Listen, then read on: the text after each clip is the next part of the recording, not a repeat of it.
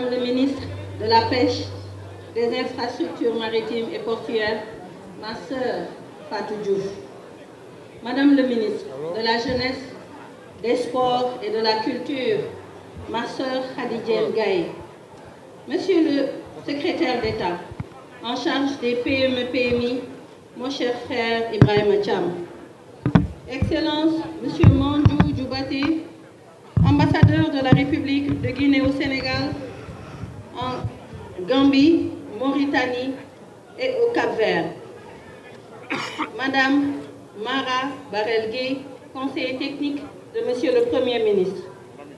Madame Virginie Touré, directrice générale du Fonds d'appui aux activités économiques des femmes et des filles au ministère de la promotion féminine de l'enfance et des personnes vulnérables de la République de Guinée. Madame la directrice pays de ONU Femmes, ma sœur Arlette Mwondo. Monsieur le représentant résident de UNICEF, Mesdames, Messieurs les honorables députés, Monsieur le directeur général du CICES, Mesdames et Messieurs les directeurs généraux, les directeurs nationaux, les coordonnateurs de cellules, de programmes et de projets, Mesdames, Messieurs les chefs de service, Monsieur le représentant du ministre de l'Agriculture, Monsieur le directeur général de la FIARA, mon cher Pape Abdoufal, très chère présidente d'organisation de femmes, Mesdames, Messieurs les partenaires du secteur privé, Monsieur le président de l'association Gourgourlou Comcom, Monsieur Khalifa Dramé, très chères exposantes du Sénégal, de la Guinée et du Cap-Vert, distingués invités, en vos rangs, titres et grades, tout protocole observé. C'est avec un immense plaisir que je m'adresse à vous à l'occasion de cette journée dédiée au ministère de la Famille et des Solidarités dans le cadre de la Foire internationale de l'agriculture et des ressources animales FIARA édition 2025. Initiative des producteurs regroupés au sein du Conseil national de concertation et de coopération des ruraux, CNCR, cette fois s'impose comme un cadre de référence pour la valorisation des activités du secteur primaire, l'exposition des innovations techniques et technologiques, le renforcement des liens entre les acteurs du secteur, mais aussi pour la réflexion sur les politiques d'accompagnement de la production nationale.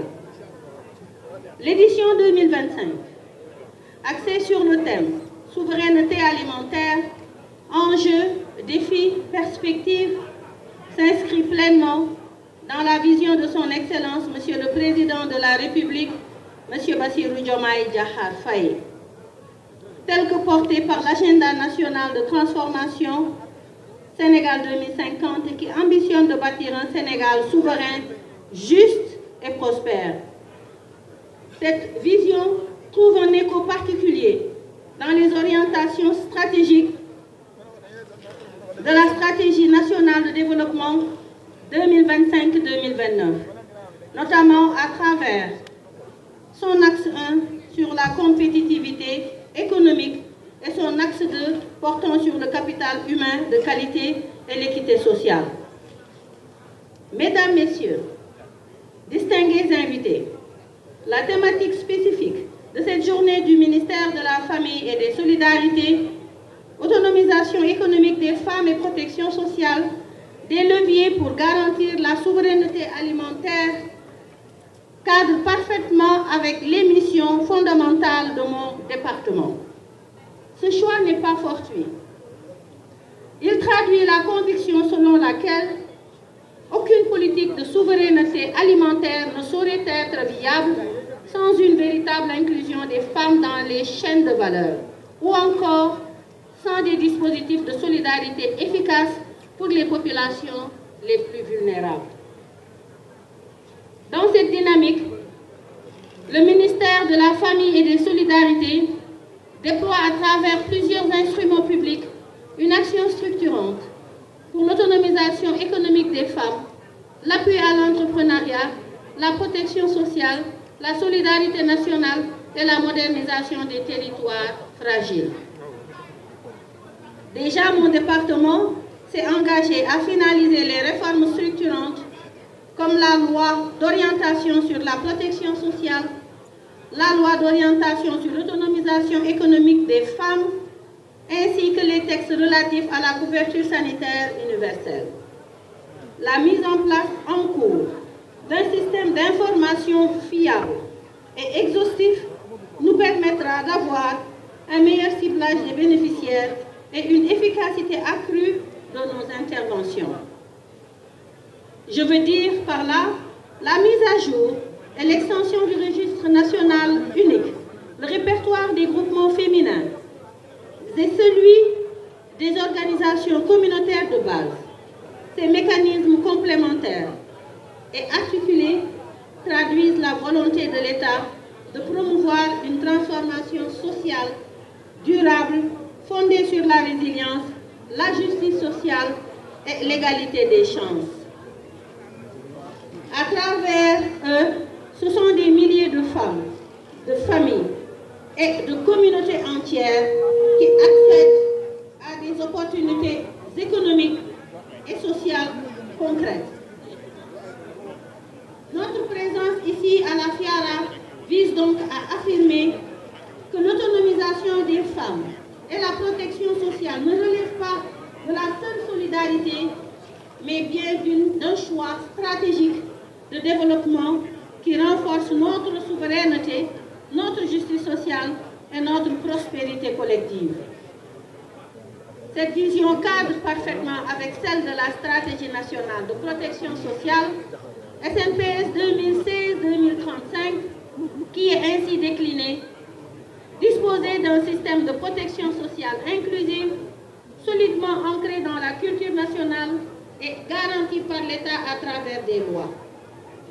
Pour y parvenir, le gouvernement a défini dans son programme politique des projets ambitieux de protection sociale, dont le programme national de bourse de sécurité sociale, la couverture sanitaire universelle, le programme de résilience agricole et le projet Yok Kom qui constituent les jalons vers la protection sociale universelle. Je saisis cette occasion pour saluer les femmes rurales, les transformatrices, les artisanes, les commerçantes qui s'illustrent chaque jour de par leur courage, leur créativité et leur contribution essentielle à notre économie nationale. Mon département poursuivra à leur intention ces activités de formation et de financement en vue de leur assurer une autonomisation économique et durable. Je voudrais en terminant féliciter tous les responsables de services du ministère de la Famille et des Solidarités pour leur brillante communication, qui ont mis en lumière les réalisations importantes de notre département dans des domaines prioritaires en vue de promouvoir un développement humain, inclusif et durable. Chapeau à mes très chères collaboratrices et collaborateurs. Il me plaît à présent de remercier sincèrement mes chers collègues ministres d'avoir bien voulu faire le déplacement pour venir célébrer cette magnifique journée sur les défis de l'autonomisation et de la protection sociale. Enfin, je félicite les organisateurs de la FIARA, avec à leur tête M. Pape Abdou Fall, pour la qualité de cette édition, et j'invite les partenaires techniques et financiers, les institutions et les acteurs privés à renforcer leur engagement aux côtés de notre ministère pour faire de l'autonomisation et de la solidarité des leviers durables du progrès.